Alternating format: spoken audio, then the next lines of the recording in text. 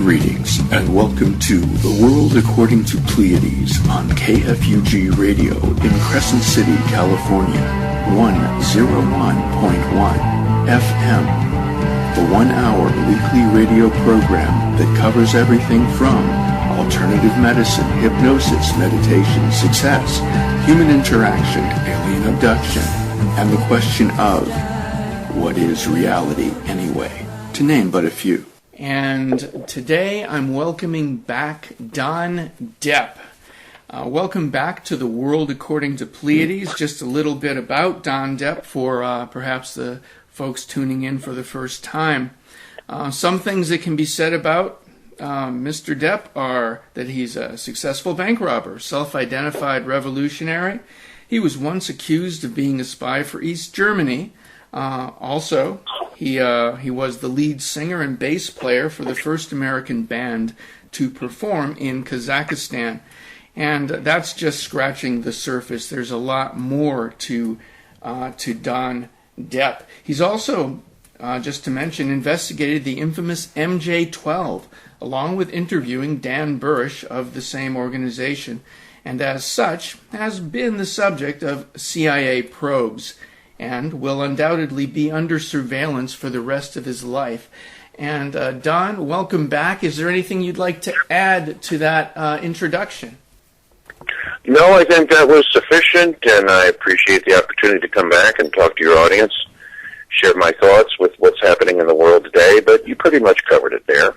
Okay, well, I had it all written down. There's a lot to remember.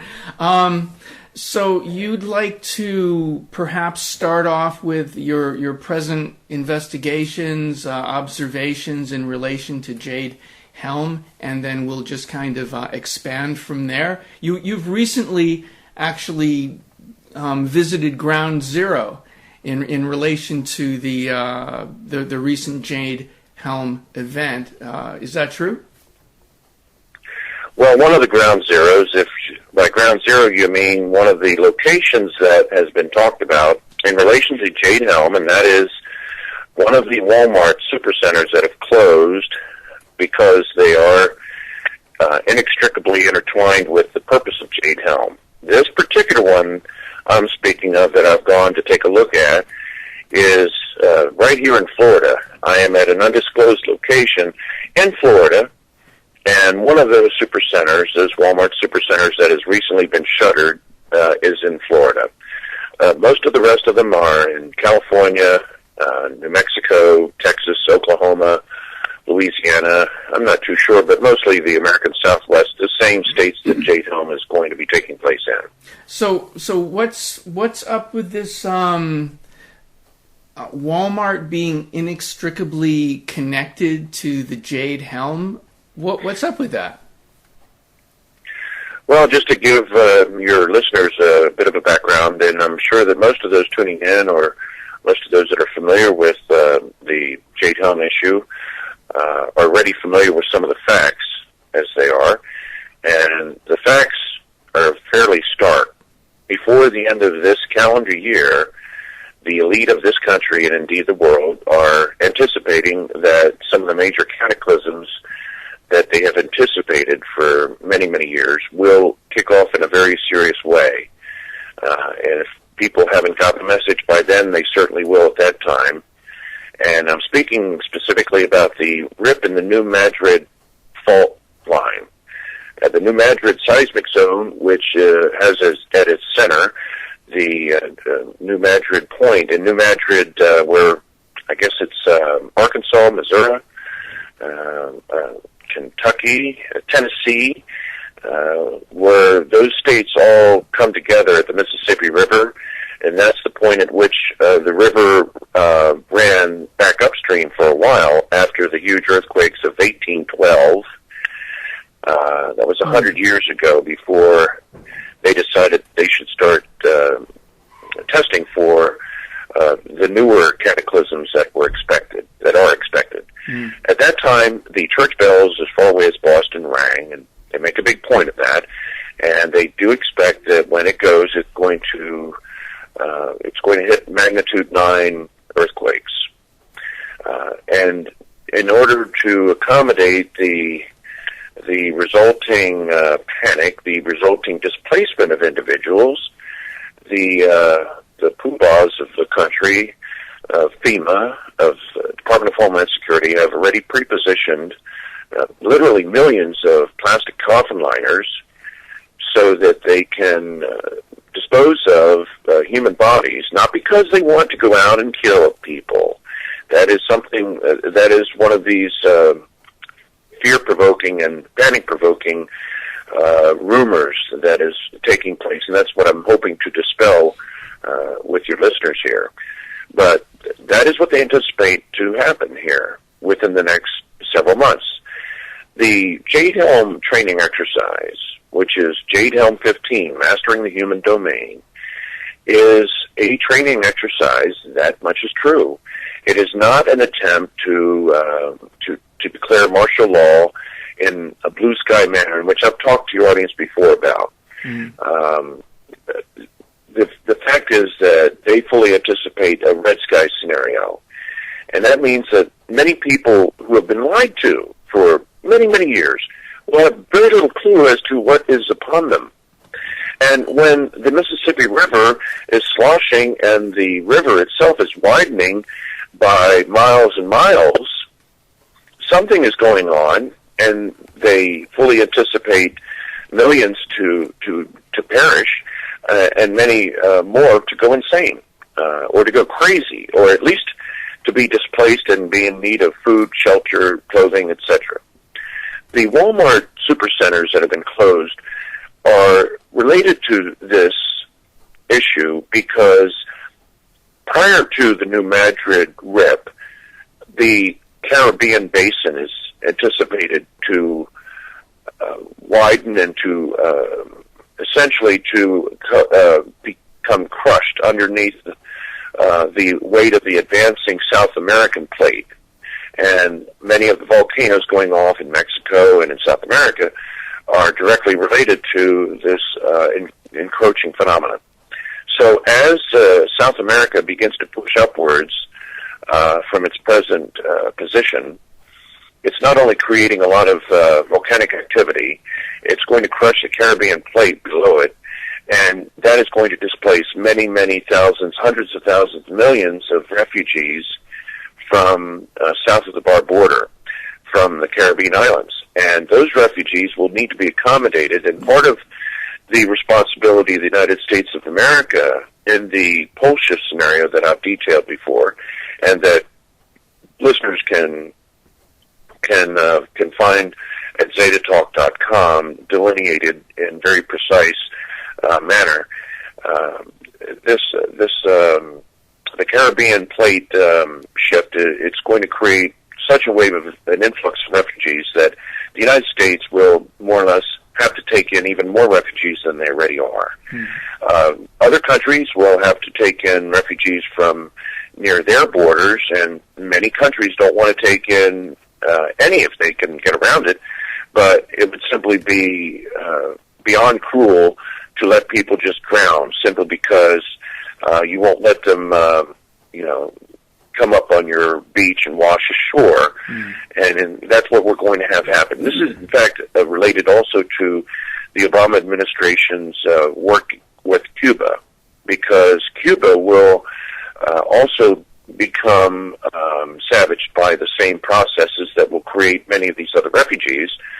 But they will also have enough land, elevated land, where many of the other islanders from the Caribbean will be able to go there for rescue. So that, too, is tied to the coming cataclysm. So just to recap, the Walmarts that are being shuttered are being prepared to process hundreds of thousands and potentially millions of refugees from the Caribbean island nations. That is the basic idea behind the Walmart closures. The New Madrid ripping is going to be an even worse phenomenon, a worse horror, and although the first steps of that are expected to occur, meaning some of the larger earthquakes, say magnitude 7 and higher, will probably take place before the end of this year. The big one may not occur before the end of December, but we're going to have a taste of what's coming by that time. This is one of the main reasons why they wanted to have a training exercise that the military will be able to master the human domain, which is going to be a maelstrom of panic, probably.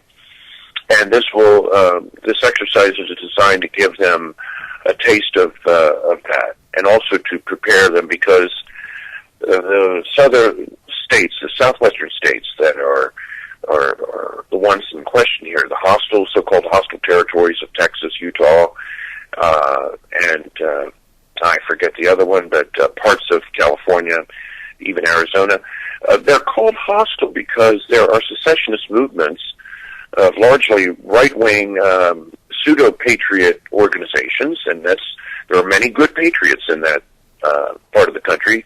I'm not denying that.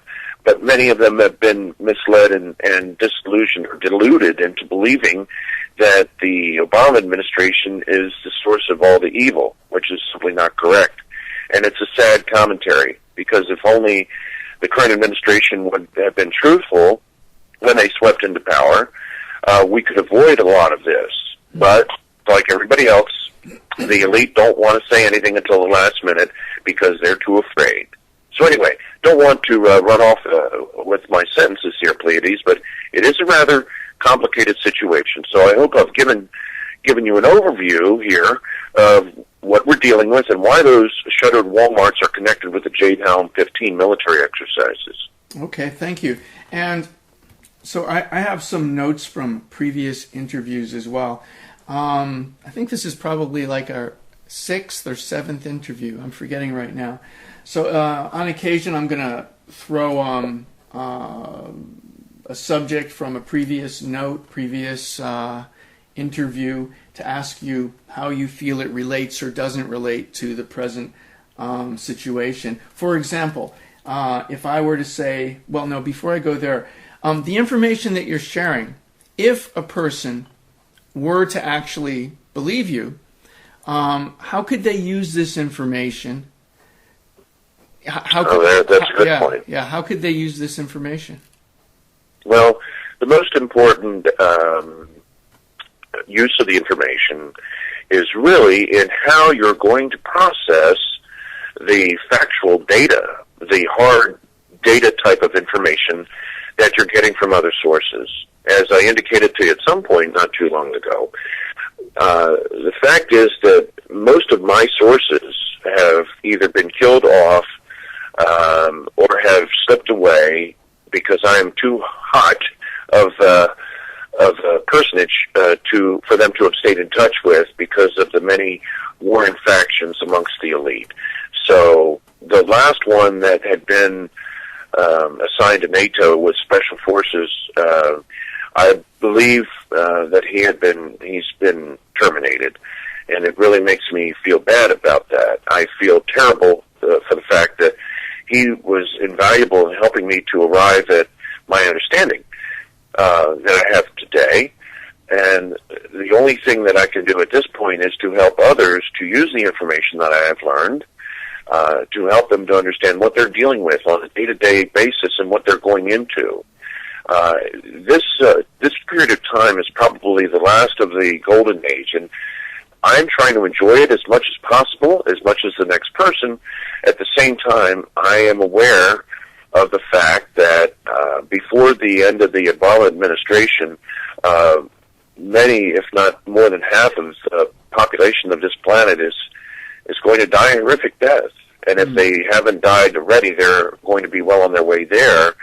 I am fully confident, not in a positive sense either, I dread it, the fact that Barack Obama is going to be the last duly elected president of the United States. Now, whether he remains in office past the January 20th date of 2017, I don't know. He may. He very well may. But the events that are going to preclude the next presidential election, despite the fact that the election's in the campaign is in full swing, whoever gets nominated and then elected from the election, if one were to be held, would not be taking power, would not get to sit in the oath office. So for the the important reason that people want to know what I might have to say is because of how they can use that information to prepare themselves and their family, not just to save their own skins either, but because of what their psyche is going to need to deal with. If you follow what I'm saying, that is, people need to be psychologically prepared, spiritually prepared in other ways, without having to focus simply on keeping themselves alive, keeping their flesh suit well sated and comfortable. Mm-hmm. Say, Don, from what you've gathered over time, what do you feel would be some of the safest geological locations on the planet in relation to the events you're describing? Well, in addition to the safe locations that are listed in the Zeta Talk website, and there is a large PDF that anyone can download for free, and I invite everyone to check that out and to see if the logic described therein fits their location. Because if it doesn't sound logical, you can't just say, well, this place is going to be safe and that place won't be. You want to know, well, why would that place be safe over and above this other place? So keeping that in mind, I went to another source, and the group that I had originally been planning on writing this out with, if we were fortunate enough to write the whole thing out, had also contained a number of Catholics, and they had come to their awareness of the coming pole shift, not through Zeta Talk, but through their own church, the Catholic Church. They have a number of mystics, and of course there's the infamous Third Secret of Fatima. So the Catholic Church seers and mystics have safe locations of their own, and you can Google that as well, or any listener could Google that. Safe locations, pole shift, Catholic, or Catholic websites. And one of them happened to mention 3 areas within the United States that would be considered safest, and all 3 of them are roughly triangular in shape. One of them happens to be on the East Coast, say between the Mid-Atlantic region, stretching from West Virginia into Maryland, up into Pennsylvania, and even parts of western New York State. Not too close to the shoreline of the Great Lakes, though. And then almost to the eastern reaches of the Ohio River and the Mississippi River, which would mean basically western Pennsylvania and West Virginia and so forth. That's one area. And there is another area that contains the Ozarks. The Ozark Mountains would be considered, again, one of the safest areas.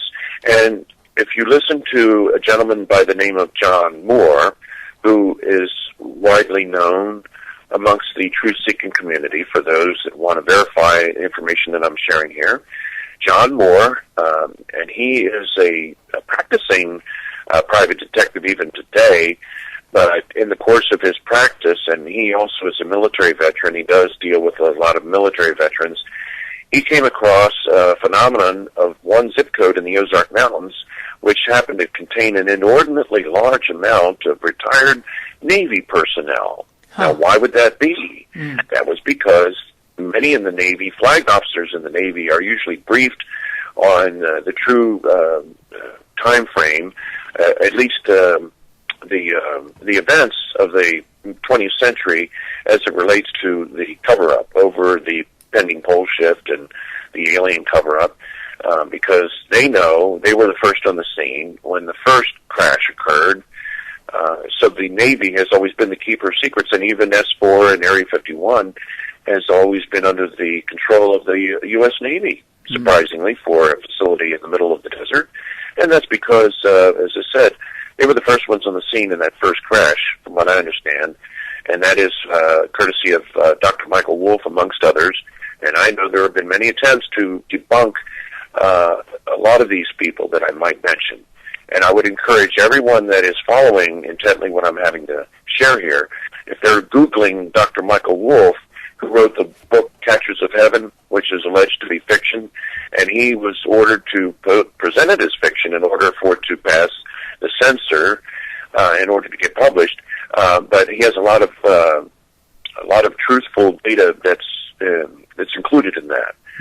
So he was the one that said that first crash, because Roswell was the answer to the first crash. The first crash were the selfish or the satanic ones who basically told the military poobahs what they wanted to hear. The military elite of the United States back in the 1940, 1941, 1942, I think January 42. Some allege that the first crash took place at that time. So anyway, I don't want to digress from to answering the question, but the point was that the U.S. Navy has been in possession of these secrets for some time. So Navy officers, where do they retire? Why are they all retiring to the Ozarks, or why a goodly number of them are? Mm. The other area was in the upper northwest area, which I guess would include parts of Idaho, eastern Washington State, and Oregon State, Montana, and so forth. Any place that is at least 675 feet above sea level, that's number one issue. That's at least far enough from any volcano, either dormant or active. And any fault line, say like the San Andreas fault line, and this is one of the reasons why I had explained in an earlier interview 6 months ago, or whenever the last time that we talked was, that they want to take a look at, I think there's a redwood natural park, natural forest of redwoods that is near you all, big sequoia or something like that. And if I had my map handy, I'd be able to rattle the name off. But those are the areas where anybody that's interested in having that safe evacuation route for their family should plan for. That is, a location that's at least 675 feet above sea level, at least 100 miles, if possible, from the nearest fault line or volcano, active or dormant. And included with those fault lines would be such deep rivers as the Colorado River or the Mississippi River, which are, in effect, natural fault lines. Mm-hmm. That's why they're rivers. They're the weak points in the Earth's crust. Okay. So that should be a fairly rough rule of thumb. And when you consider that the Mississippi River will be the break point at which the United States is broken into two halves, and you realize that each half is going to be separated from the other by dozens of miles, and I forget what the exact measurements are, but suffice to say, a big, big distance between the two shores. The communications will have to take place by shortwave or cell phone traffic, but for all intents and purposes, you're going to have to take a ferry or a boat to get from one side of Mississippi to the other side. Keep that in mind. Wow. So wherever you're going, make sure you're on the same side of the Mississippi as the rest of your loved ones when it comes time. Mm-hmm. I hope that gives you an idea of where you can start your search for safe places. Absolutely. Thank you, Don. And let's see, how about like other countries, like, I don't know, overseas? What really stands out for you as potential safe havens, or anything really? Has your research actually, gone that far? Yes. Well, as far as research, I was told, in fact, I was given exact coordinates for two bases, two locations. One of them is going to be the location for the elite, the creme de la creme of European power. And that is basically those people that live in Brussels, live and work in Brussels, and these are the 300 most powerful families. And they are going to be taken to a facility that is going to be at least 1,000 feet above sea level, and it's going to be near the French and Belgian border. The low countries are obviously called low because they're, in some cases, under sea level, and so they're going to be pretty much wiped off the face of the map. At least in the beginning stages, they'll be drenched. And unfortunately, some people think that all they have to do is take to the boats. Well, by the time that happens, it's probably going to be too late. Mm-hmm. So I would advise anybody in those locations to have a safe route out of Antwerp or Amsterdam or Rotterdam or any of the countries or any of the cities in the Low Countries, as they're called. Mm-hmm. That would include the Netherlands, Holland, Belgium, Luxembourg. So anyway, this one location is, as I was saying, it's near the border between France and Belgium, and that's at least 1,000 feet above sea level. The other location that I was personally aware of, and this was a location in which my source was, he was the driver for 3 engineer architects. These 3 individuals were tasked with a mission, and my source had been contracted out to serve as both driver and bodyguard for these 3 engineer architects. And he was to drive them to an active air base in the Czech Republic, and which he did, but the subject matter was so sensitive that even he, with his top secret clearance, was not allowed to go into that meeting, but the 3 engineer architects did. And when they left that meeting early in the day,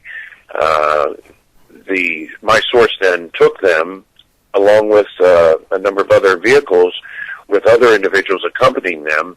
They went to a defunct, unused air base, approximately 20 miles from the current air base that is in use currently.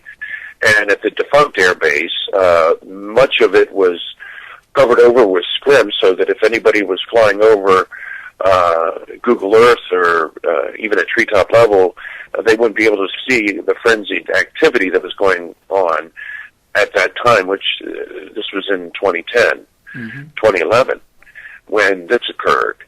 And that is as a direct result of the fact that Zeta Talk gave an update about the so-called 7 of 10 events, which would include the ripping of the New Madrid, the resulting mega tsunami that would slosh across the Atlantic Ocean and wash over much of Western Europe. In any event, they took that seriously, and they modified the original plan, the elite did, so that their Operation Stormtide had a reprise version in 2010, and this time they were only allowed 2 hours maximum, and instead of an orderly withdrawal from Brussels, these 300 families, which used as stand-ins members of the soldiers' own families, by the way. So, to all intents and purposes, it looked like an average, everyday military exercise, very bland. This is a fictional country of Madistan. These were diplomats being rescued, blah, blah, blah, blah, blah. And you wouldn't think much more of it than just a standard military exercise, but that was a very key exercise because they wanted to make sure that these powerful people, these powerful Europeans, will be rescued and taken to their hidey hole. But to get to the second one, the Czech Republic that I was just speaking about, underneath the scrim covering, which made it look like it was just a forest below, there was a lot of frenzied activity with trucks pulling into this defunct airbase and unloading pallet loads of foodstuffs and supplies that were then being put on these smaller forklifts and smaller vehicles and then trucked down into these underground, basically it was an underground base that exists underneath this older defunct airbase. And this airbase can contain upwards of 5,000 individuals. And at that time, my source, when he took them later that day, at the end of the day, the 3 engineers and architects, whatever, were brought to him where he was waiting at the front to take his charges home back to Brussels, and it was pretty dark by that time. And they after they were brought back to him and deposited in their ride home, they looked pretty shaken up, and they spoke in hushed tones, and they thought that they were speaking in a language that my source couldn't understand, but he did understand enough of it to know. They were talking about preparing or hardening the air shafts for that location to withstand magnitude 9+ earthquakes.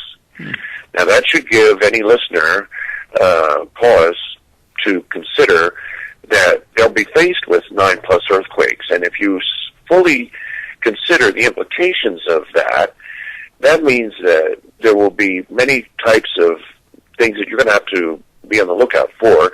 You're not going to be wanting to position yourself in your little ditch or trench or whatever, your camping gear, however you're preparing. You don't want to be, deep down inside a really, really deep hole because a tectonic plate you can get crushed in those. In fact, this is what exactly was going on.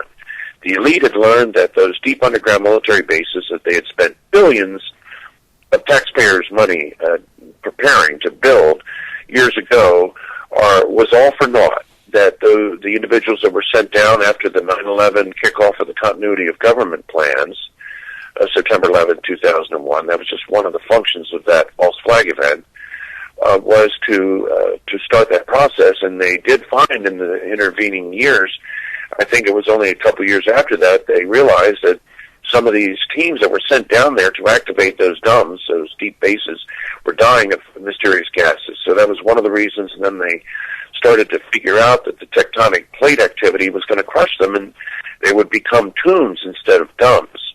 Or I guess you could say that you would have a lot of dumb people trapped in tombs in those DUMs. Whatever the case is, they weren't going to be safe. And so any of these second or third level military types who think they're going to get a safe ride out of this thing by given passage in one of these deep underground bases, they have another thing coming, because that's guaranteed to be a death trap.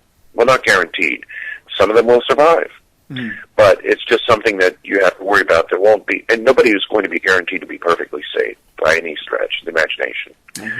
So that base in Czech Republic, as I said, it holds upwards of 5,000 people. It's underneath a defunct air base in the Czech Republic, and something for your listeners to look into.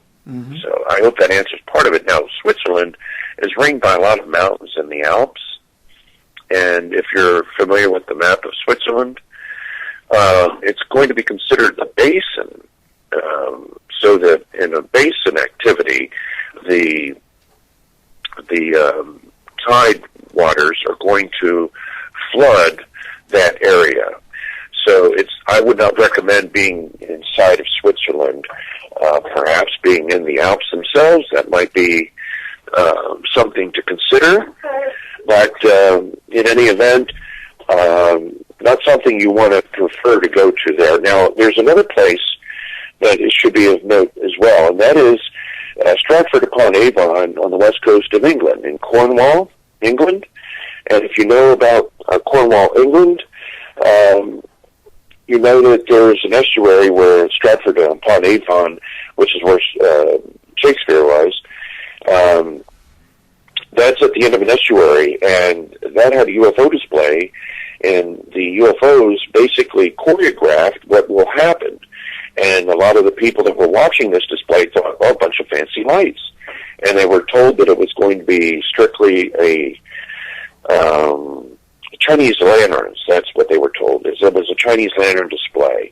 But it really were, they were really UFOs, and they were trying to show what will happen when that tidal bore comes up that estuary and basically wipes out Stratford-upon-Avon. So in that particular case, for that, and any type of city or village or town on the coast that is in a similar situation, a similar position vis-a-vis the Atlantic Ocean, may experience the same thing. So they are, and that's double indemnity. They're going to want to take extra special care to make sure that they're ready to go at the drop of a hat as soon as they hear of these massive quakes taking place in the center of the United States. Because even though many others will get drenched, they might be able to survive. But folks in towns like that, there may be very slim to no chance of surviving that. Now let's move over to places like Africa. Africa is currently a source of immigrants that are fleeing economic poverty, economic circumstances to go to Europe where they can get ahead economically. But after these events begin to play out, and I would say at the end of this year, going in next year, it's going to become almost like standard operating procedure. And in that case, you're going to have Europeans that are fleeing Europe trying to get into Africa, because Africa is going to be safer than Europe will be, simply by virtue of the fact that it's not going to be hit by that mega tsunami the way that Western Europe will be. So that is one of the reasons why the government of the United Kingdom, Her Majesty's government, has not relinquished control of the Rock of Gibraltar, because that is expected to be not only a holdout and a fortress for some of the elite, but also a stopping off point, a way station for fleeing refugees coming from England and heading to Africa, assuming, of course, they're wealthy enough to pay for the exorbitant airfare that will be charged for them. But that's another reason why the Rock of Gibraltar is still under British hands. And again, you have these enclaves. I think there are 3 of them that are owned by Spain on the coast of Morocco, the coast of North Africa. That's another reason why Spain has not relinquished those, because that is territory of Spain on the continent of Africa. The Middle East itself, it's already torn by turmoil and strife, and it seems that Mother Nature, or the Creator, or God, or however you want to define the divine forces, will help to put many of them out of their own misery, because the oil fields of Iraq, which were supposed to be the mother lode of the elite so that they could control the world in the aftertime, will become a raging firestorm, because those oil wells and oil fields will simply go up like tinder. And they're going to be torched due to natural causes too, not at the hand of man only. No matter what man may do to try to put out the fires and the explosions that will be taking place, those oil fields are going to be ripping up. It's just going to be that bad. So moving over to the coast of Pacific, the first action, which we were told back in late 2010, would be the kickoff of these events, and that is the folding of the Marianas Trench. The folding of the Pacific Plate, the Eurasian Plate, will cause Indonesia to sink. Yes, it's true. Indonesia did begin to sink, and up to 40% of the suburbs, many of the suburbs of Jakarta, have already started to sink to a noticeable degree, as have many neighborhoods of Phnom Penh, Cambodia, as well as Bangkok, Thailand, and even, I think, Saigon or Ho Chi Minh City of Vietnam. This is another reason why the communist president, or whatever the poobah's name is over in Vietnam, came in to visit Obama a week or 2 ago, because he too had to be briefed on everything that's going on. Because all the leaders of all the nations of the world have to maintain silence and maintain this cover-up until they all come out as one united front and say, look, people, we've lied to you, and we're going to tell you now, because we didn't want to tell you too soon, otherwise you'd freak out, and the thin veneer of civilization we stripped away, we would have had to been forced to have declared martial law, and nobody would have wanted that too early. So we're sorry, but now it's upon us, so everybody get in line and listen up. Okay, so the Marianas Trench in the Pacific area is going to fold, and this is another reason why James Cameron went there to personally witness that. He took his expensive submarine down to witness what the Zetas were saying, whether it was true, and he found that indeed it was true. And I think you can even watch the video that he took while he was over there. And they even found a Japanese a battleship, I think the Nagumo, or the remains of the sister ship of the battleship Yamato in World War II. Anyway, that's just a side note. But the Pacific Plate will be folding, and you're going to have many of the cities of the Indian Ocean, including in Malaysia, including Indonesia, with all those immigrant boat people already trying to flood into Australia. And those cities are going to basically go below the waves, and they'll be some of the first to do so. Megaquakes will begin to hit Japan as well, and this is why 25 to 27% of the population of Japan fled after that mega tsunami in early 2011. And that's just an overview of the whole planet, region by region. And again, India, I didn't mention this earlier, but anyone who has read Zeta Talk knows this. They are familiar with the alleged fact that India will go below the waves in the twinkling of an eye. And that's unfortunate, because that's like a full billion people. That's fully 1/7 of the population of Earth is going to get wiped out. And imagine a billion people learning that. They're not going to be too happy about it. They're going to want a safe place to go, and nobody's going to be willing to take them in. One good place that people in South Africa can feel grateful for the fact that their electric grid system is expected to be one, if not the only electric grid system of any nation or any advanced nation that will remain in place after the pole shift. So this is another reason why many of the elite have gone there. Another reason why the president of South Africa has been given billions of dollars and allowed to build that special bunker for his family. So I hope I haven't given too much detailed information. Oh no, it's great. But I think I've said enough for now. It's great. I really appreciate your ability to answer these questions. You've done a lot of research, so thank you. I have a question.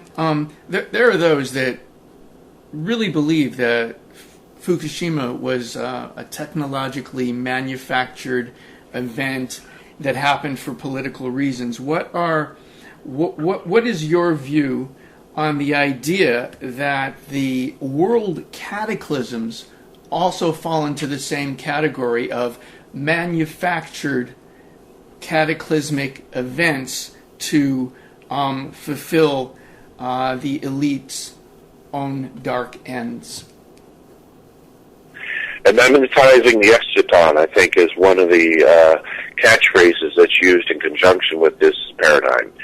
Okay, thank you for asking me this question, too, by the way, because this will give me an opportunity to present a point of view and a perspective that, if not believed, should at least be taken into account and should give pause for a lot of reflection.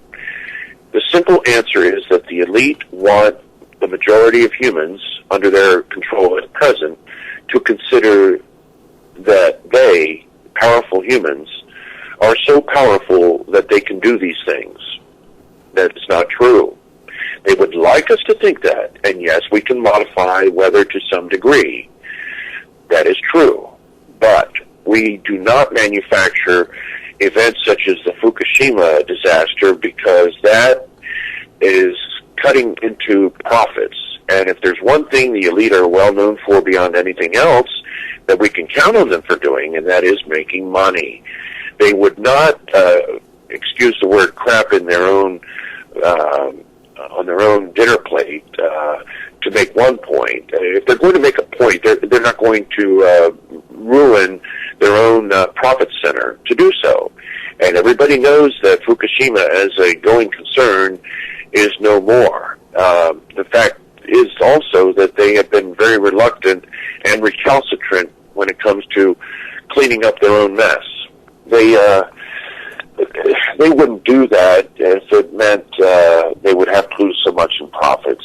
Now, one thing that is also true is that, or at least alleged, because many of these things cannot be proven in a court of law, can only be proven in the court of logic until such time as the announcement by the three presidents of the world, United States, Russia, and China, is made. After that, everybody will get on the same page and we can stop arguing about this. And at that point, but until then, we're arguing over whether this is in fact going on.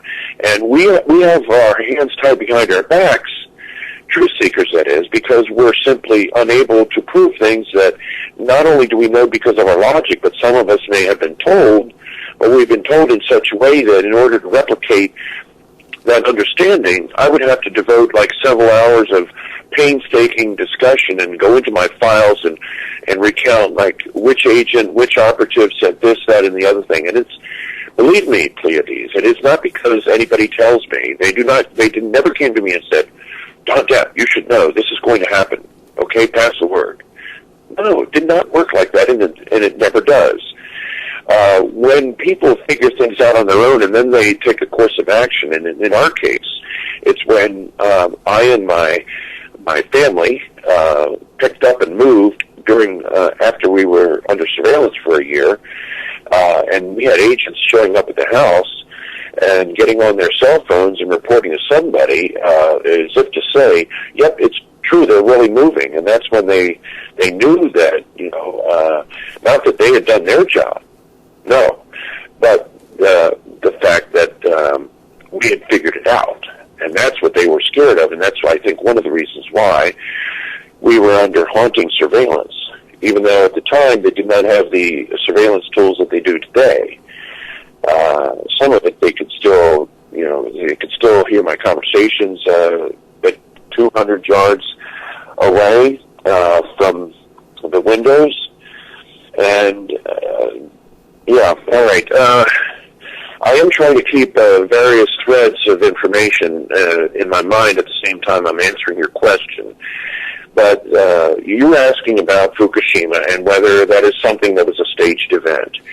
And I'm here to tell you that no. The elite lost a lot of money, and what they really were hoping on doing was that the aliens who had warned them and also had assured the common man through the auspices of Zeta Talk. And believe me, it's so odd when people think, you mean that little website, that crazy woman from Wisconsin, that can't be telling us the truth. You mean the elite, they're listening to that? And they just like roll their eyes, and they can't believe it's really true. And of course, people, not to equate Nancy Leader with JC himself, but they also thought, what, a carpenter? Why couldn't they choose a powerful Pharisee who had gone to school many years to become a rabbi? Why couldn't God send somebody like that? He sent a long-haired, unkempt, rabble-rousing rock and roll type guy. So anyway, the point is that they do listen to Zeta Talk. Believe me, they pay serious attention. But if you were to ask them, they would poo-poo it and scoff at it. Anyway, in the course of events, they have been assured, as everybody who reads that has been assured, that the average human will not have to pay an undue price for the fact that the elite want to basically rub out the common man. So they thought the aliens are going to clean up their mess. And yes, the aliens did help somewhat in cleaning and ameliorating the worst aspects of that Fukushima. But they did not want the elite to think that they were going to clean up after them. If the elite had shown due diligence and TEPCO, Tokyo Electric Power Company, which, by the way, I have sent numerous emails, like many millions of other people, I hope they're in the millions, around the world, and asking them and begging them to please clean up the mess that they made and not to allow this anymore, that any nuclear power plants be shut down, et cetera, et cetera. And I found the email addresses for the president of TEPCO and other associated poobahs. And any civic-minded individual out there in listening land can do the same thing.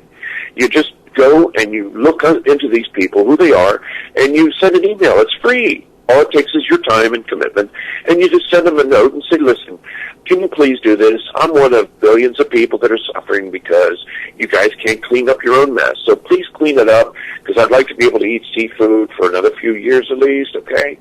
Anything that you can do to add, to put the weight on these people to do the right thing, because if people don't speak up, nobody does anything. So, Fukushima, not a false flag event, not a staged event. It was unintended. They would like to be making a lot of money with that power plant. Unfortunately, they can't, and they're trying to get away with not even spending more billions to clean up the mess they made. And the aliens basically said, no, you're going to do it one way or the other. You've got to clean up your own mess, and if you keep trying to count on us to clean up your mess until the pole ship closes in and you won't have to worry about it anymore, well, then you got another thing coming, because we will do many different things to you to make sure that you learn this lesson. You're not going to put this too on the backs of the common person. So that is just to give you my thoughts on whether Fukushima was planned and whether the humans are capable of doing it. I do not think they are capable of it. I do not think it makes logical sense in terms of profit, nor does it make sense on other levels too. But I think I've given you enough of an answer on that. Okay, so thank you. So what you're saying is, in relation to the idea that the world cataclysmic events that you feel are almost upon us, you feel that those won't be purposely manufactured to fulfill the dark ends of, and when I say the elite, I don't mean the wide spectrum of elite. I mean, focusing it down to the few, that kind of thing. Right. So overall, you feel that since there is so much literature out there that points at their strong desire to wipe out a good portion of the world's population for their own reasons, you don't feel that these cataclysmic events coming up fall into the category of being manufactured to fulfill those dark ends. Right. In other words, and let me give you an illustration that will point out what I'm trying to say here. Everybody should be familiar with the Georgia Guidestones, at least the natural listening audience for this show. Those folks are probably familiar with it. And a lot of the points that are made on these Georgia Guidestones all sound fine and dandy, with the one exception, a very glaring exception, which is, I think, the very first one, and that is that mankind should live in perfect harmony and balance on this earth with a maximum population of 500 million. Okay. Everything else being well and good, that we don't get caught up in too much bureaucracy, and we take care of the planet and take care of each other, and da-da-da-da. Why 500 million? Okay, this is important to answer your question, to say that basically, yes, there's only a very small fraction of the 1% of the elite that are really in control of matters, and they are not malevolently thinking. They want to make money, and they don't want to be bothered with useless leaders. That's true, but they're not up there malevolently trying to say, how can we sculpt the population of billions of worthless humans because we want to indulge ourselves in an orgy of bloodlust and watch them all die? No, that's not really how it works. Evil is much more banal than that. But the Georgia Guidestone issue is very simple. The figure of 500 million was arrived at because at the time Majestic 12 was told about the coming pole shift, there were approximately 5 billion people on the surface of Earth, not 7 billion, as there are now. In fact, I think it's 7.25 billion now. And it's exponentially growing. But at that time, there were only 5 billion. And the mysterious stranger who commissioned those Georgia Guidestones, C. Christian, whatever, that was Rosicrucian name. That was a Masonic name, but he was a representative of Majestic, and this was a Majestic commissioned edifice that was built, and it said the same thing in basically 8 languages, I think, or maybe it's 10. Don't quote me on 8 or 10. It's one or the other, but suffice to say, most of the peoples of Earth would be able to read this. Any survivors of the cataclysms should be able to read these things that would be basically hammered into the granite, and the thing looks like a modern-day type of Stonehenge. But that 500 billion, or 500 million, represents 10% of 5 billion. Why is that important? Because we were told, or they were told, I shouldn't say we, because I certainly wasn't told, myself personally, I inferred it, and then they corroborated it, that the elite were told, Majestic was told, that 10% of humanity was expected to survive. Roughly 50% will die in the immediate cataclysms, which is the hurricane, tornado, earthquakes, volcanic activity. They'll die immediately, and then another 20 to 30% will be dying of starvation in the aftermath of that. And I think that is mostly as a result of the actual pole shift. So that leaves us, 50, and then another 20 or 30. So we're looking at 70 or 80, and then another 10% or so either will die off from the scourges caused by the actual pole shift. Anyway, the point is that only 10% of humanity is expected to survive the pole shift. Including all the cataclysms, anything that can be directly attributed, whether directly or indirectly, to the pole shift. Only 10% of the population expected to survive. And what the elite did was, see, they don't just repeat what they're told. They take it to heart that they were told this because they, the elite, are only in the elite because they deserve to be. And therefore they are very special. And it's by obvious, it should be obvious to themselves and everybody else that, well, we're here, we're the elite, and by gum, we're going to advertise that fact. So they are taking the opinion that this will be done because it's the way things should be. For the same reason that they are in the elite, because that's the way things should be. They don't like to stop and consider the fact that they might be in the elite because they cheated And believe me, many of them are in the elite because they cheat and they exploit their brothers and sisters in the human race to get to where they're at.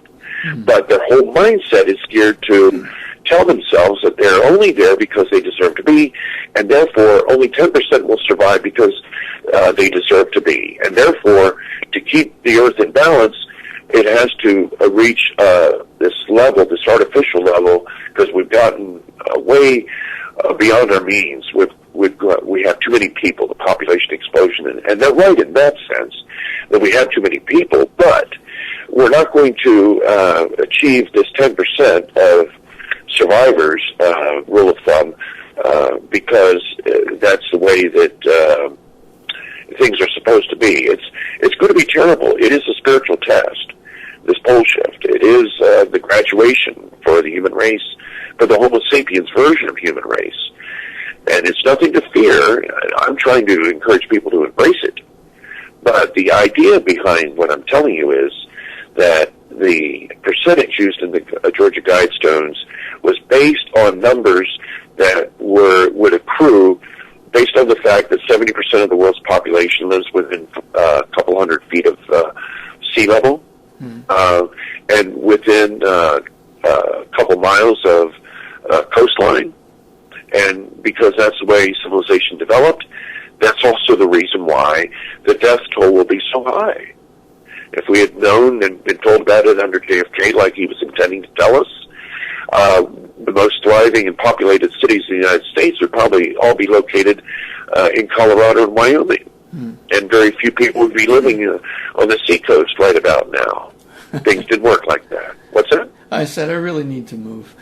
Yeah, I'm right on the coast. I mean, I can hear sea lions if I go outside my door. Yes, I see what you're saying. Yeah. You do need to have at least a plan B, at least an evacuation route. And I cannot stress that enough to your listeners. Sometimes I just lay awake and I cry at night. I mean, I don't want to sound like some kind of a pious forbid martyr or anything, but it does when when this really sinks in. And that's really what happens. You really get affected by it. And so many people, if they would only take the precautionary step of planning ahead and being prepared, knowing what signs to look for, then it's not as if they're just going to save their skin, but at least they'll be prepared to be in a position to help those that will really need them. And I'm speaking of the younger generations, their children, primarily. And that really is much of the goal of our life here, because, face it, our flesh suits are going to be tossed to the wind, ashes to ashes, dust to dust, right? 79 years on average. So, but that's not to encourage people to say, well, whatever God wants to happen, we'll just let it happen. I'm too old, or we'll let it happen, and I'll deal with it as it comes up. You don't want to take that attitude either, because you're going to wish you had done something, because it's not going to be very pleasant. You're not going to go from a comfortable life to death within 2 hours. It's not going to work like that. A lot of intervening moments will come between comfort, status quo, and the after time, even though the pole shift itself is only expected to last about an hour and a half, 90 minutes or so. Not the length of this interview. Now, Don, several times throughout the interview and in past interviews, you'll casually mention the aliens. Now, for someone that doesn't have a clue, and also just from my own limited research, it seems that if we're going to talk, aliens, that there's a lot of different types out there. You got your good guy aliens, you got your neutral aliens, you got your bad guy aliens. I mean, when you say the aliens, where do you feel this? Who are you talking about? Okay, good point. And let me catch up myself and remind myself that, just as you pointed out, the alien or the aliens does refer to a wide spectrum of entities. If any of the listeners have ever gone to danburish.info or even Googled the affidavit with my name attached to it, the Dan Burish, DonDep affidavit, or Form 255, request to admit, and I think I did mention why that form number is very important. That is because it delineates which aliens have told the powerful humans what's going on. All right, let me start at the top. When the 20th century was started, basically in 1917, we had the so-called Fatima sightings, which a group of children in Portugal witnessed what they considered to be Mother Mary appearing to them in like the sun, and everybody around saw it too. They saw the bright lights and so forth, and the kids told them what they had witnessed and what they were told by this entity, who was apparently an alien, but was posing to them in a way that they could understand, being that most of the villagers considered themselves, they were Catholic, devout. They put in religious terminology, and I'm sure that the aliens that appeared to them did pose as religious figures, because it made it easier. Let's face it, it made it easier, and thereby the kids would not get stoned to death by claiming to see strange creatures from outer space, because that would mean that they were probably out worshiping evil demons and conducting witchcraft. So that's one reason why aliens often pose in forms that don't disturb our comfort zone. Anyway, that was the first warning, and it was designed to create enough public ripples that there would be newspaper articles about it, and the word would come down to the Pope that something was going to happen. And in fact, the third secret of Fatima was about the pole shift.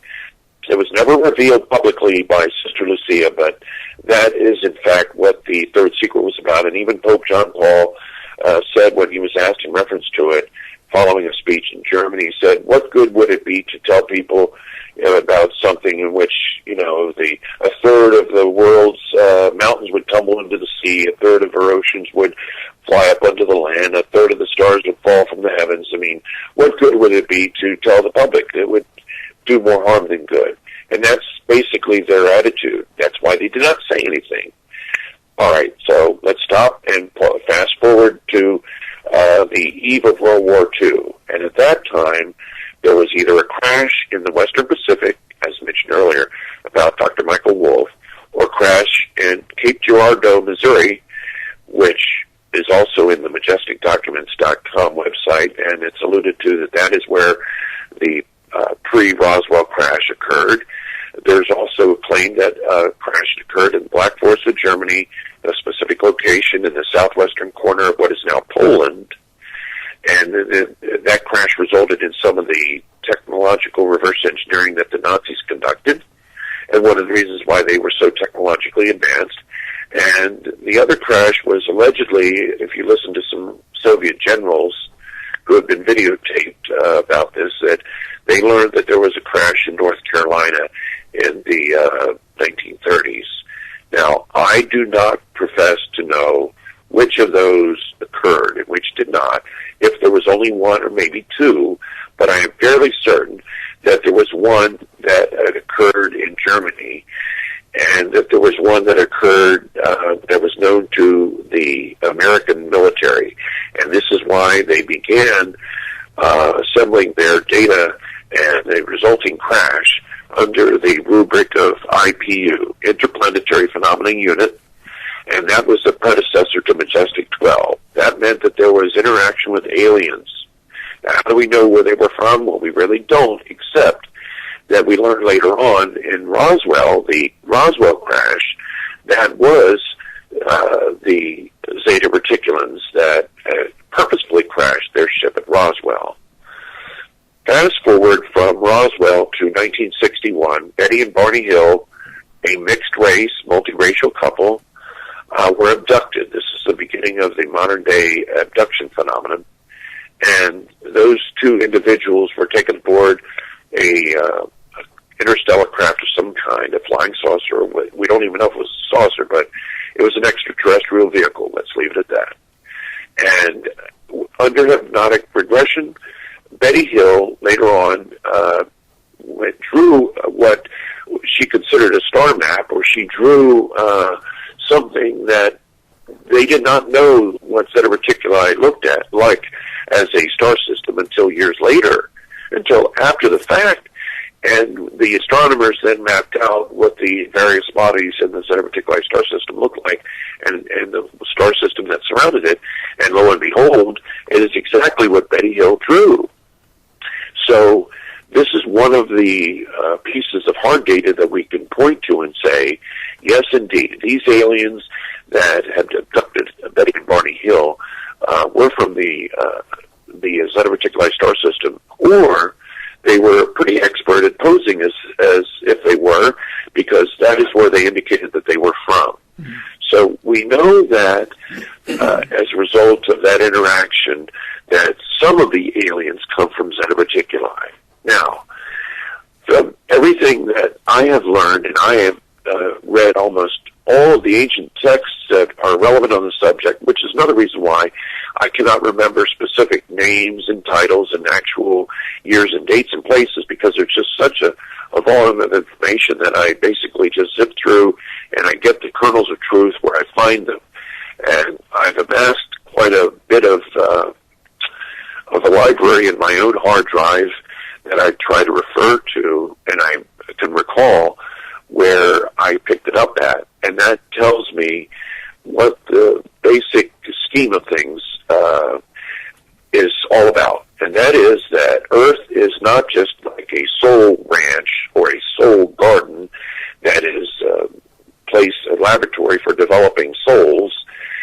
It's like a zoo, a zoological experiment.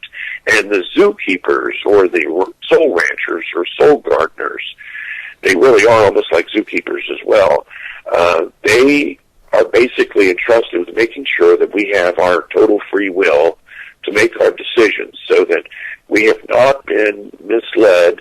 Well, not misled. We're completely misled, constantly misled by both good and evil. Well, I would say evil. Good never misleads you.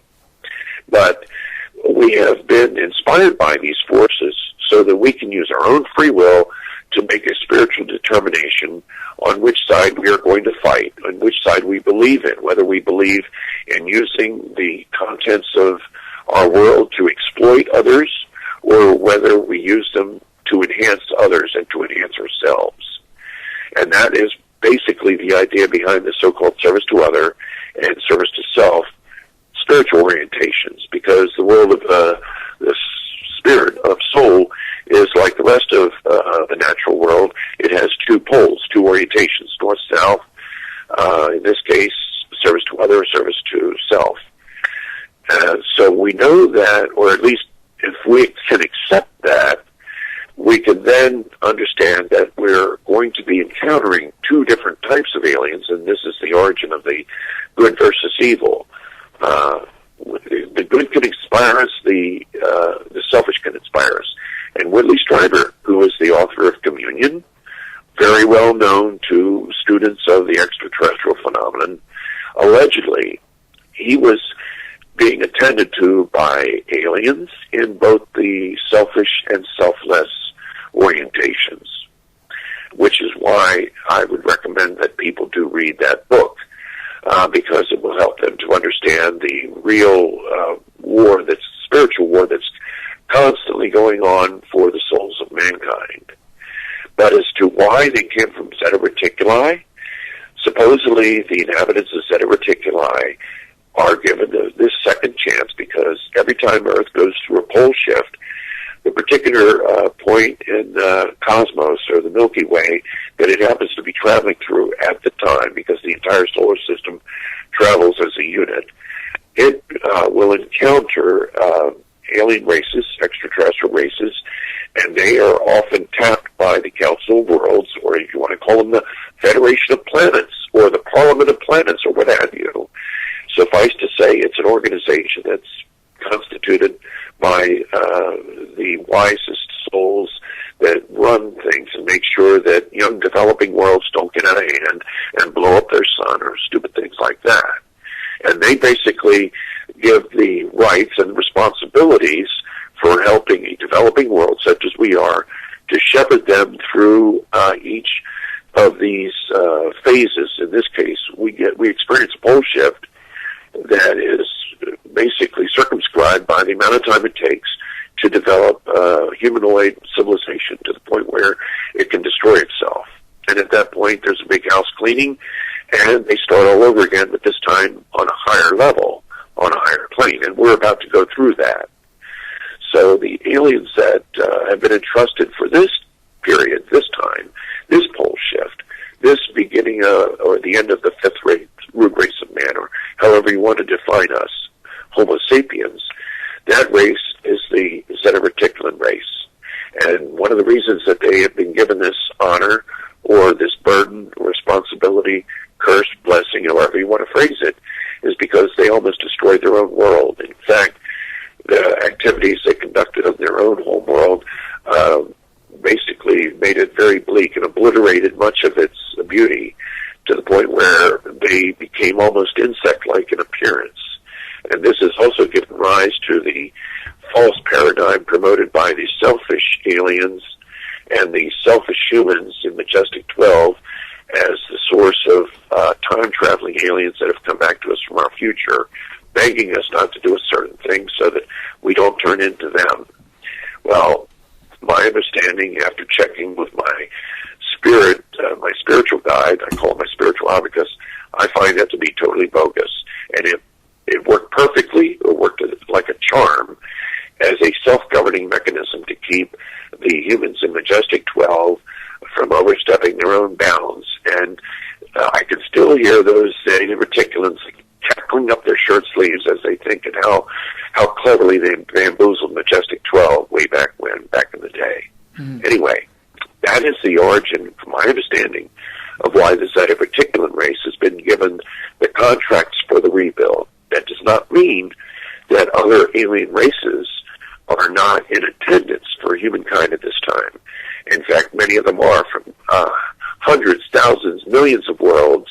Actually, I don't know that there are millions, but there are entities that are in fourth density watching our almost every move, our every thought. And if people listening would consider that every thought of theirs was being played out in front of an amphitheater of billions of entities, they might change their behavior pretty dramatically, because that's really in effect what's happening. And this particular reality we've been experiencing has been recorded in the Akashic records, and for future worlds that will be developing in the development of the soul, they'll be able to refer to this like we used to refer to an 8-track tape. They'll be listening to it and watching it and understanding how we arrived at our decisions so that they can avoid some of the same mistakes that we might have made as they are beginning to build other worlds. And if we go on as angels or soul ranchers or gardeners or zookeepers for other worlds on the frontier of the known galaxy, we'll be doing the same thing.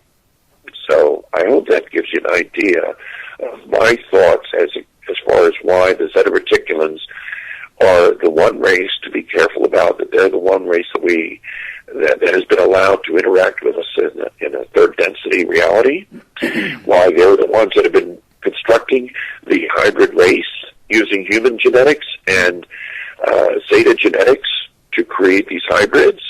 That is all a real phenomenon. But that not every alien race or entity has the same rights and responsibilities. But they can all come in here and inspire us.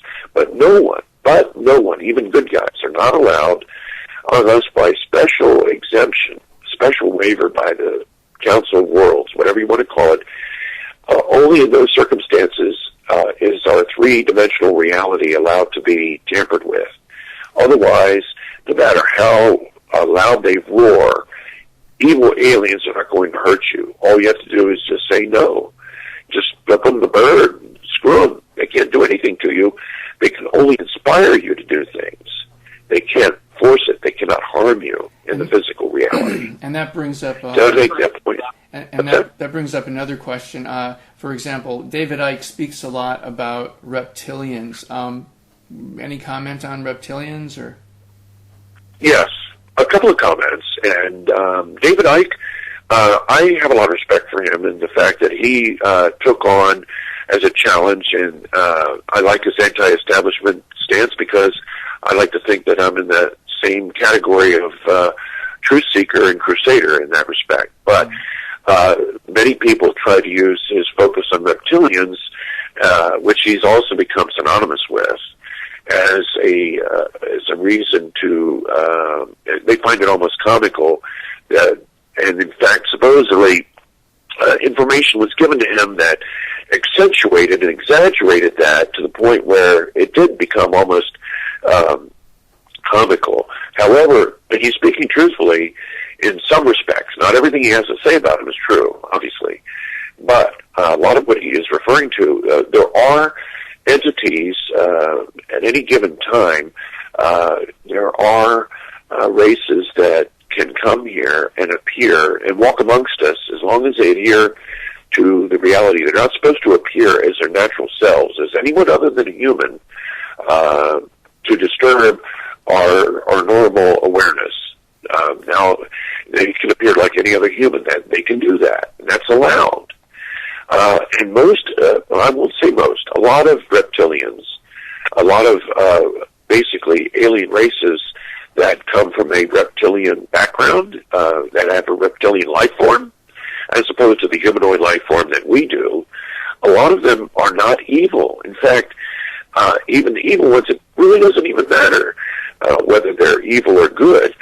They can only inspire you to do something bad or good, selfish or selfless. So it's almost a moot point whether they're reptilian or whether they're Dracos or Nordics or Lyrans or vegans or Beetlejuicers. That's almost a secondary consideration because it's really not important what other planet they came from. And as far as the reptilian aspect goes, I probably should not admit this on air, but I'm going to go ahead and take the plunge here. When I had experienced my epiphany in the autumn of 1979, and many of the things that I've only come to understand in the past several years, really since 2002, occurred in this epiphany that I went through at during this one particular night. In fact, even for a couple weeks after this particular night in September of 1979. And during that time, there were two instances in which I saw two individuals very briefly, but they were friends of mine, and they were good friends. They were very warm people, like warm-blooded. They were good people, as we would say. They weren't evil. They weren't even bullies. They were friends, and they were nice. And for a brief moment, I looked at them and I saw them as reptilian, and that really freaked me out. I really was hit hard by that. I couldn't believe it. I said I couldn't say anything. If I say anything, people would lock me up. And I tried to not even think about it, but I did see, and I had to tell myself, or I had to question myself, am I experiencing like a flashback or something? You know, I had experimented with LSD, a year or two prior, and I thought, well, is this something that could happen? But no, I was in full control of my senses. I was very sober-minded, and it did happen. But I think what was happening is that I was given a preview, a taste of a reality that my soul may have been ready for, or that I may have come here as a star child myself, I don't know. And that this was just a reminder that when I was ready, I would be given a sign, whatever it was. And I don't want to attach too much importance to it other than to say, as a result of that experience, when I read David Icke's books on this, I said to myself, yes, I don't disbelieve what he has to say about it at all. But is it important in the scheme of things? No. Now, as to whether the Queen of England is a reptilian, she's just a very selfish person. She's planning on fleeing her island nation. She's going to let the people of England, Great Britain, basically fend for themselves. She's not going to go down with her ship or down with her island, I guess. And whether she's a reptilian or a long, tall white or whatever they call them, is that really that important? No, except that the only importance attached to whether reptilian or whatever is, are they a star child, meaning did their soul originate from places other than Earth? And supposedly, approximately 1 billion souls on Earth, or 1 billion humans in human form, originate from elsewhere, and their souls were basically cultivated on other planets, other worlds, and they have been given missions here on Earth to assist in the awakening process of Earthlings to basically achieve galactic membership in the Galactic Council of Worlds.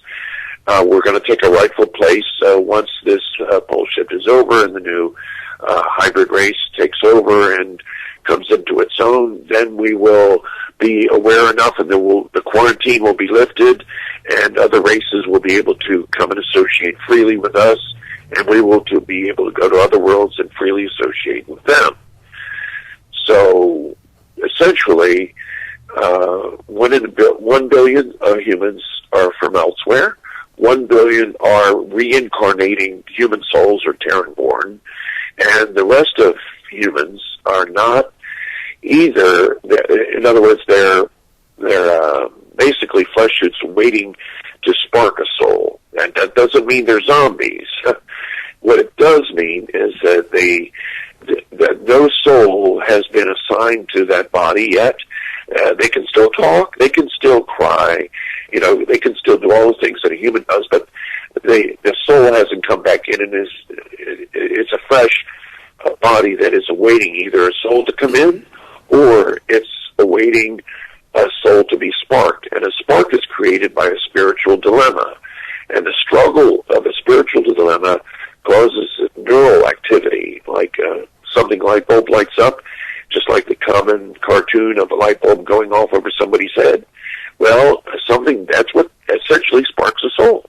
So, to recap, reptilians are more than likely to be star children, and it may be that a human can see them as they were in either a former life or what their previous life had been.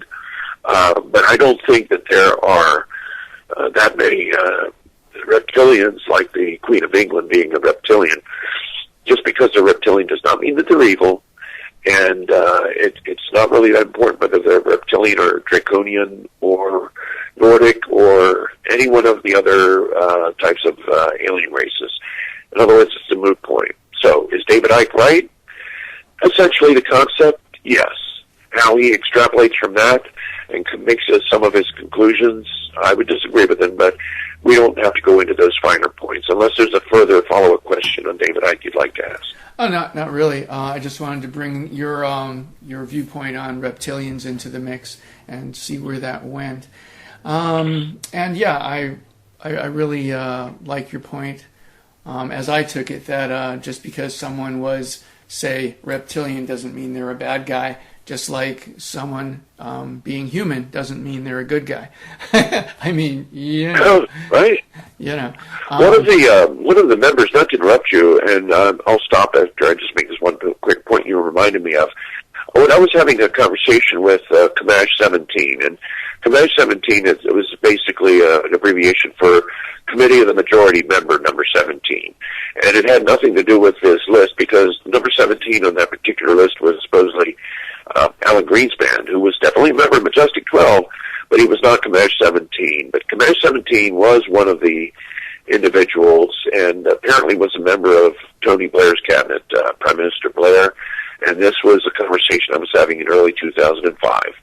And I was asking him some of these questions, and he was basically saying that's not as important as the alliance between certain humans and their extraterrestrial brethren, and certain other humans and their extraterrestrial brethren. In other words, you and I might have more in common with certain aliens than we do with other humans.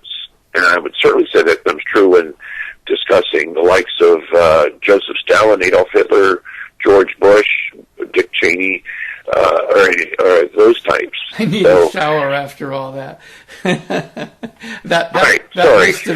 list of names. I didn't mean to curse on air. I didn't mean to do that on air, but mentioning those names, it's really bad. But anyway, I just want to interrupt you with that point. Go ahead. What were you saying? Everything you say is valuable. So I don't even see it as an interruption. It's just a matter of, hey, if it's flowing, it's flowing. Let it flow. Well, we have about approximately 5 minutes left. I would just like to ask you if there's any ending points you'd like to make at this time. Do you feel like you've really tonight shared everything that you were hoping to share with the public at this time? Is there anything on your, perhaps you have a list of notes in front of you that you would like to mention, bring up, talk about? Well, there are some finer points that I am I'm just chastising myself mentally for not having listed, but essentially it's the same as it always has been, is to strongly encourage individuals that are listening to, if they have not done this before, is to make some plans for their to save their flesh suit and that of their loved ones, which means have a safe route out of town to a safe zone if they're not already in one, and to take some steps of preparation, which is the same as it ever was, and that is have first aid kits, have at least 3 weeks to 3 months worth of non-perishable foodstuffs for each mouth that you have to feed. Keep a gas tank supplied, filled with 5-gallon gas tank, so that if when things happen, you know that they're going to shut down the electric grid to prevent panic. And of course, people should think, if they were in the shoes of the administration, how would they handle it? Think like they do.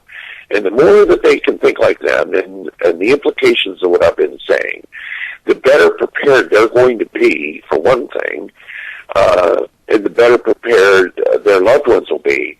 But that's only steps that they can take to protect themselves and get themselves to a place where they can be safe. But more importantly is developing the kind of relationships with other people of like kind, so that you have a community of people that, even if you're not living in the hills and planting tomatoes already and learning how to live off the grid, even if you're not a hardcore survivalist, and you don't have to be, because most of us are just not prepared to be that. We can't be. But at least to make the kind of friendships and to cultivate real, enduring friendships with people that will have your back at a time of need, and that you will have their back, so that you have a group of people that when things start to happen, you're not going to have to dispense with a lot of arguing. You're going to know it's time. Okay, let's go. Is everybody ready? You got your duffel bags? I mean, everybody knows that the government is always urging you to get prepared anyway, right? So this is just one more voice to say, please do get prepared. But more importantly than that is to cultivate the friendships, the dynamics between you and your neighbors, and also to remember that the government, the military, is not out to kill you. The elite do not want to simply murder you, mow you down in the streets, just because they like to see blood. They are in the middle of attempting to force President Obama's hand so that he will be forced to declare martial law and protect their enclaves, protect their business, protect their real estate. And they're doing that because they are concerned, and rightfully so, because they have been exploitative SOBs, and as a result, they know what is coming their way. Events of Ferguson, just to recap, events of Ferguson were to essentially spark enough rioting so that martial law kind of would have to be declared, at least in the state of Missouri, and that could be used as a model to keep other states, to keep the public in other states suppressed. Now, here's basically what's going to be happening. We have the Walmarts that are shuttered. They're being turned into processing centers so that there will be plenty of the plumbing issues, yes, they're installing showers and laundry washers and dryers. So yes, it's kind of a tongue-in-cheek thing. They're getting those Walmarts ready to process these millions of people, and then they're going to be taken from those Walmarts, given some kind of a substandard Social Security card, not because they're going to collect benefits, but because it'll be a way to help keep track of them. And then they're going to be shipped by busload to some very underpopulated, less dense areas of the country where they can rest assured that they can be in peace and not be killed by jingoistic patriots who think that they're only here to get something for nothing and to bleed the muscle off of the American taxpayer. That's not what is happening. And the more that people understand that the administration is faced with efforts on the part of the rich SOBs that are trying to get them to do this and use the military as their own private militia, just like they were using it as a private militia in the Mideast to take control of the oil fields, that just as much as they're have the pressure from the elitists on the one side, they're also going to have groups like the Patriot groups who are good-hearted, but they're naive in the sense that they think that Obama is some kind of an evil Muslim socialist dictator who wants to take their guns and be king of the world. No, he is going to be a reluctant socialist dictator because of necessity. And that is because he's going to be having to take care of hundreds of millions of people, make sure that no nuclear wars are started as civilization deteriorates in the wake of the bending pole shift, or in the run-up to the bending pole shift. And therefore, he has to take steps to protect people from themselves.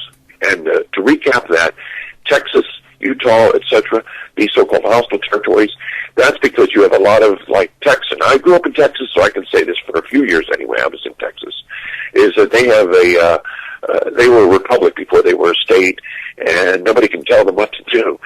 You can't tell a Texan, that he has to be subservient to the laws of the United States because he'll tell you where to kiss it and where the sun doesn't shine. Thank you for listening to The World According to Pleiades on KFUG Radio in Crescent City, California.